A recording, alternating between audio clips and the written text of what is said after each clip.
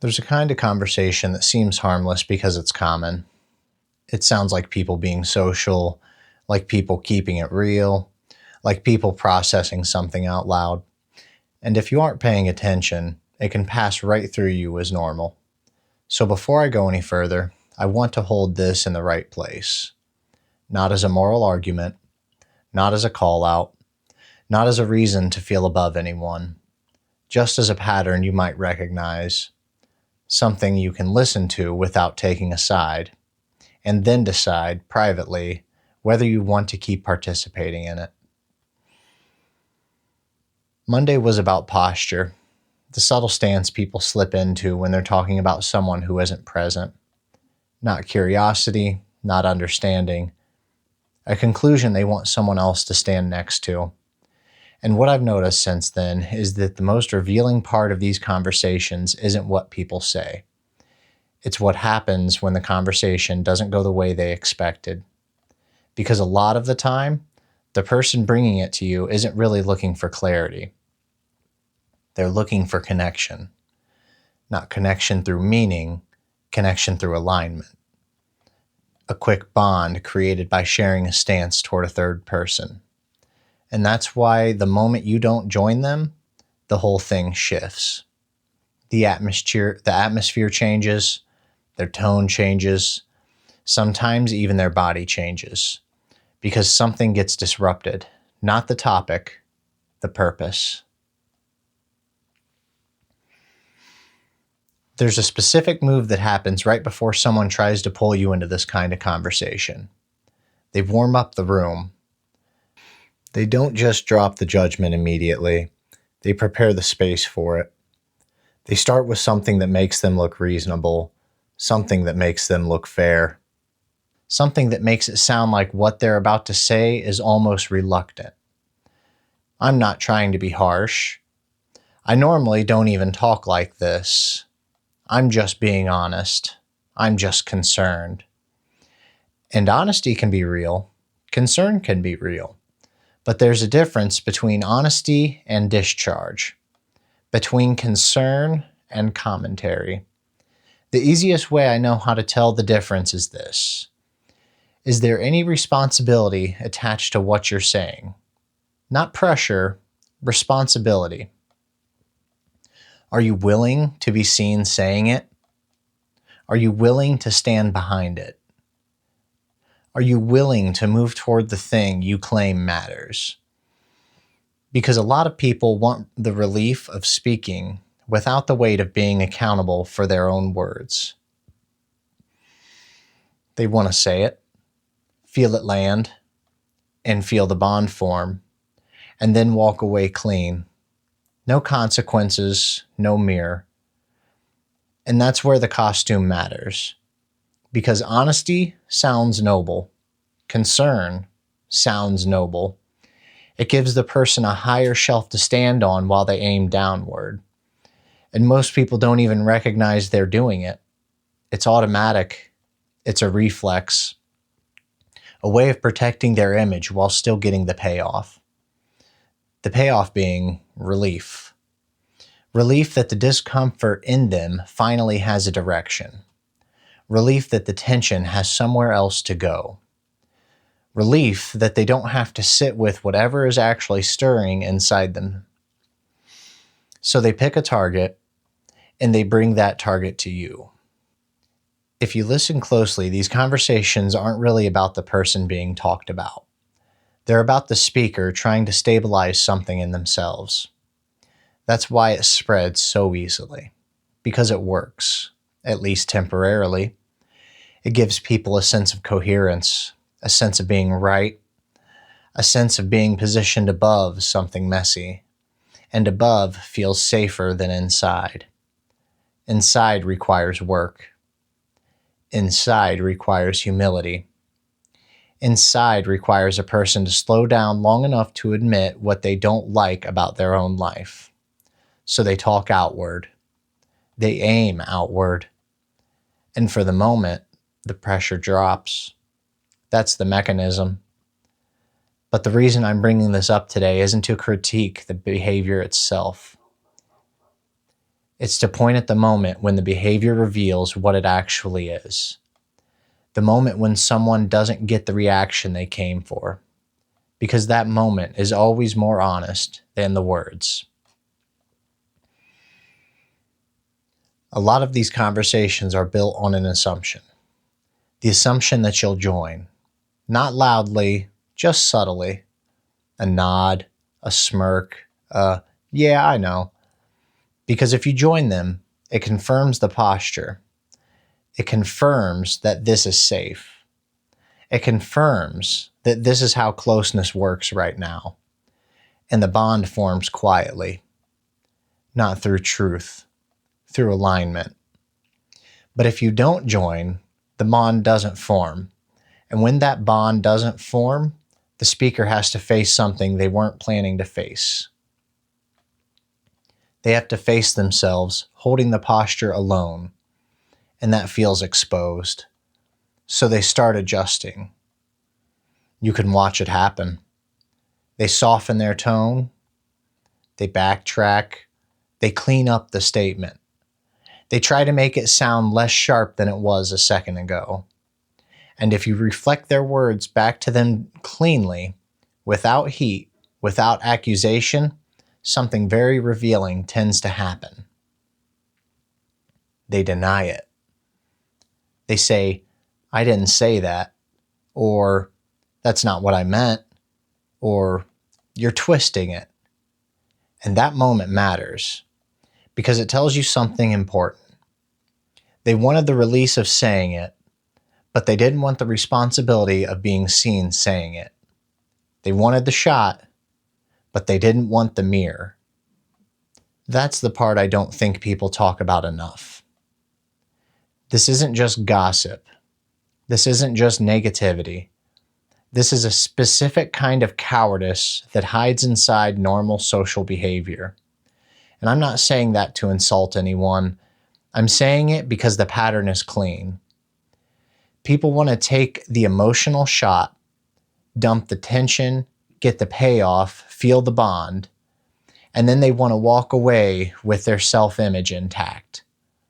They don't want to be the kind of person who talks like that. They just want to do it. And when you reflect it back to them, you place a mirror in the room. Now they can see themselves. Now they can hear what it sounded like from the outside. Now the posture becomes visible. And that visibility triggers something. Because the ego doesn't like being seen clearly when it's not in control of the image. So the system kicks on. Defense, protection, adrenaline. Some people get loud. Some people get calm and cold. Some people laugh it off. Some people switch targets and try to make you the problem. But almost everyone reacts. Because you disrupted the real purpose of the conversation. You didn't accept the invitation. There's a reason this hits people so hard. Because the bond they were aiming for wasn't built on mutual openness. It was built on mutual superiority. And superiority is fragile. It requires constant protection. The moment a mirror shows up, superiority collapses into defensiveness.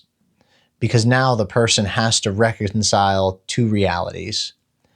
The version of themselves they want to be seen as, and the version of themselves they just demonstrated. That gap creates tension. And most people can't tolerate that kind of internal conflict in public. So they patch it fast. They deny it. They rewrite it. They pretend it wasn't that serious. They try to move on quickly so the room forgets what happened. But your body doesn't forget. You can feel the shift when it happens. The air changes, the rhythm changes. The person stops being present and starts managing perception. And once someone starts managing perception, you're no longer in a real conversation. You're in a performance. I'm sensitive to this because I know adrenaline. I know what it looks like when someone's system turns on. Even if they stay polite, even if they keep their voice level, you can feel the internal tightening. You can feel the urgency, and you can feel the need to regain control of the frame. And what's interesting is that when someone else's adrenaline spikes, your body will often mirror it. Not because you're threatened, but because you're human. That's empathy. Your nervous system picks up on theirs and responds. Your heart rate shifts, muscles tighten, attention narrows. And if you don't recognize what's happening, you can get pulled into the same posture without meaning to. You start defending, you start arguing, you start matching their energy, and suddenly you're in it. Not because you wanted to be, because their system invited yours to react. So over time, I learned to do something different. I stay collected. Not rigid, collected. I keep my tone clean. I keep my words simple. And I watch what's happening underneath the conversation rather than getting trapped inside the content. Because the content is usually irrelevant. The mechanism is what matters. The mechanism is, they came for a cosign. They came for the easy bond. They came for relief. And they didn't get it. So now they're exposed.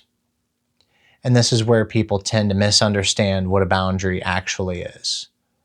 Most people think a boundary is a statement, something you say, a line you draw out loud. But in moments like this, a boundary is often quieter. It's what you refuse to become. It's not you telling someone they're wrong. It's you not joining the posture. It's you staying in your own integrity without turning the moment into a fight. Because the goal isn't to punish them. The goal is to keep your own character clean. To not let someone else's insecurity turn you into a participant in something you don't respect. That's why the boundary has to be internal before it's ever external.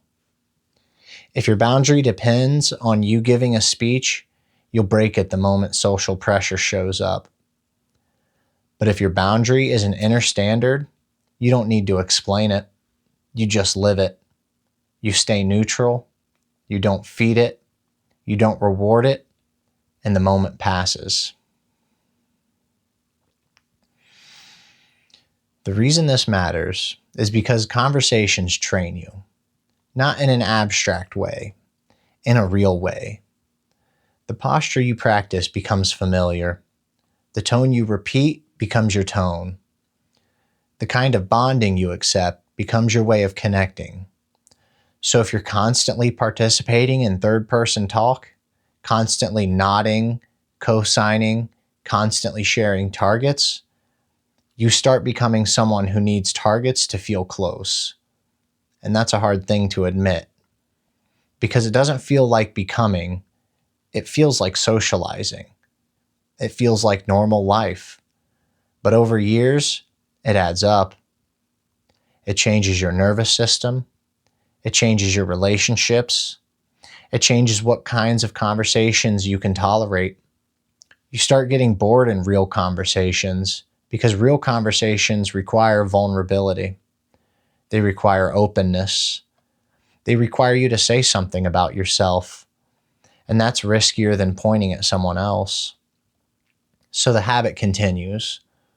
Not because people are evil, because it's easy, because it's safe, because it works. Until it doesn't. Until one day you realize you don't know how to connect without a target. That's the cost. And I want to be careful here, because this isn't a message about becoming isolated. It's not about being above social life. It's about authorship. About choosing what kind of person your conversations are shaping you into. You don't have to confront everybody. You don't have to correct everybody. You don't have to turn every moment into a lesson. But you can notice what's being invited. You can notice what kind of bond is being formed. You can notice when someone is trying to hand you a posture, and you can decide not to pick it up. That's the whole shift. Not control over the world, control over what you participate in. So if you want a simple way to spot this in real time, it isn't in the words. It's in the moment of reflection. When you hand the conversation back cleanly, when you don't co-sign, when you don't reward it, when you let the speaker sit in their own posture for 1 second without the comfort of your agreement. That moment tells you what the conversation was actually for. Because people who are speaking from honesty don't panic when reflected. They don't deny it. They don't backtrack. They don't need to hide behind, well, I didn't say that. They can stand behind what they meant, even if they soften it, even if they adjust, because they weren't there for relief. They were there for truth. And truth can tolerate a mirror. So here's what I'm left with tonight. Not a rule, not a demand, just a question that cuts through the noise. When someone brings you a conversation that depends on someone else being absent, are they looking for clarity or are they looking for relief?